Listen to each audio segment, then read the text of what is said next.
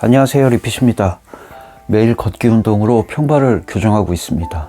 올해 마지막 콘텐츠를 제가 뉴발란스 운동화를 언박싱하는 걸로 마무리하게 되었습니다. 오늘 소개할 신발은 뉴발란스 MS1300 도쿄 디자인 스튜디오 콜라보 제품이고요. 이것도 제가 스타벅스에서 구매를 했고요. 좀 비싸게 주고 샀습니다, 사실. 배송비 포함해서 거의 20만원 주고 샀는데 사이즈가 없어서 굉장히 오래 걸렸어요. 한 달 정도 기다리고 있다가 물건을 받았습니다. 이제 언박싱 하면서 설명을 드리기에 앞서서 제 기억이 맞는지 도움을 좀 구하고 싶은 부분이 있어요. 40대, 50대 형, 누나, 동생분들의 도움이 좀 필요합니다. 뭘 알고 싶으냐면 저는 나이가 49살입니다. 73년생이고요. 그러니까 이 뉴발란스가 2021년 40대의 마지막 신발 구매인 거죠. 이 신발을 구매하면서 무슨 생각이 들었냐면 뉴발란스에 관해 이제 구매를 하려고 하니까 뉴발란스에 관련한 자료들을 좀 찾아보게 되잖아요. 국내에 정식 수입된 건 2008년에 이랜드가 뉴발란스의 브랜드 정개권을 인수한 뒤부터라고 되어 있더라고요. 근데 저는 분명히 90년대에 뉴발란스를 한 번 신었던 기억이 나거든요. 그러니까 이 신발이 제 평생 뉴발란스가 두 번째 신발인 거죠. 정확히 어떤 경로로 어떻게 구매를 했던 건지 기억이 안 나요. 분명히 또 모델도 저는 574를 신어봤던 것 같은데 90년대에 뉴발란스가 어떻게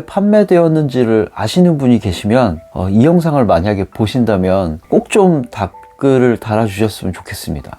거의 25년 전 일이잖아요. 제가 한 95년, 96년쯤에 뉴발란스를 신었던 것 같은데 그거 하나는 기억납니다. 대학생 친구들끼리 모여서 공대 건물 앞에서 친구들끼리 낄낄거리면서 이런 신발은 절대 빨면 안 되고 칫솔로 석유를 묻혀서 이렇게 닦아야 된다, 뭐 이런 얘기를 친구들끼리 시덥지 않은 농담을 주고받았던 기억이 나거든요. 세무 운동화는 절대 빨면 안 돼. 칫솔에 석유를 묻혀서 쓱쓱쓱 이렇게 닦아내야 돼 라고 농담을 했던 기억이 떠오르는데 제 기억이 맞는 건지 틀린 건지 궁금해지더라고요. 기억의 오류에 지금 빠져있는 상태입니다. 그러니까 혹시나 아시는 분이 계시면 꼭 좀 알려주시면 좋겠습니다. 이태원에 가면 뉴발란스를 판다 이런 얘기도 들었던 것 같기도 하고요. 저희 학교에서 이태원이 굉장히 가까운 데 있었습니다. 그랬던 기억이 나고요. 당시 주요한 관심사가 당구, 스타크래프트 뭐 이런 거에 관심이 많았던 때라서 신발이 당시에는 문화도 아니었고요.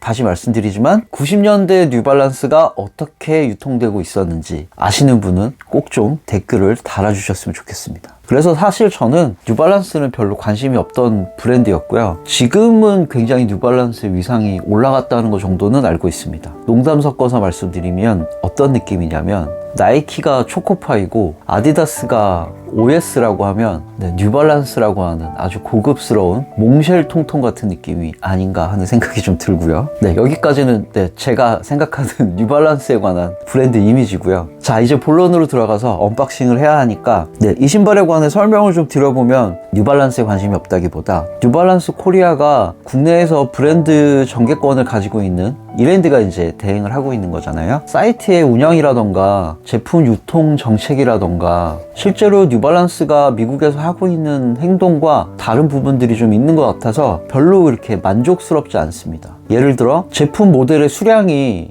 너무 우리나라에 안 들어온다던가 제품 라인업이 미국에 있는 게 한국에 없다던가 이런 경우들이 굉장히 많죠. 사이즈 관리 같은 것도 안 되는 것 같고요. 발볼을 선택할 수 있는 권리가 분명히 소비자한테 있을 텐데 몇몇 신발 제품들을 빼고는 모든 사이즈, 발볼 넓이를 조절할 수 있는 요소들을 제공하지 않는다던가 하는 부분들이 별로 좀 마음에 들지 않고요. 또 뉴발란스를 그러면 독점으로 다루고 있다고 하면 이랜드에서만 다뤄주시면 좋을 텐데 너무 여기저기 쇼핑몰에서도 뉴발란스가 많이 보이고 있어서 소비자가 상당히 혼돈할 수밖에 없는 그런 상황이 아닌가 싶어서 뉴발란스에 관심을 좀 끄고 있었는데요. 이 뉴발란스를 사게 된 이유는 전 딱 하나가 있습니다. 바로 이 비브람 아웃솔입니다. 이렇게 보시면 바닥에 비브람이라고 적혀 있어요. 이 비브람 아웃솔의 촉감이 어떤지 제가 아디다스에서 컨티넨탈 아웃솔을 많이 신어봤으니까 비교해서 리뷰를 해보면 좋지 않을까 하는 생각이 들어서 이 신발을 구매하게 된 거고요. 지금 딱 그냥 만져봐도 굉장히 편할 것 같은 느낌이 들기는 합니다. 생각보다 그렇게 무겁지도 않고요. 일상화 용도에서 운동하는 용도까지 대부분 제가 활동하는 부분과 이 신발이 가진 특징과 어느 정도 잘 맞을 것 같아서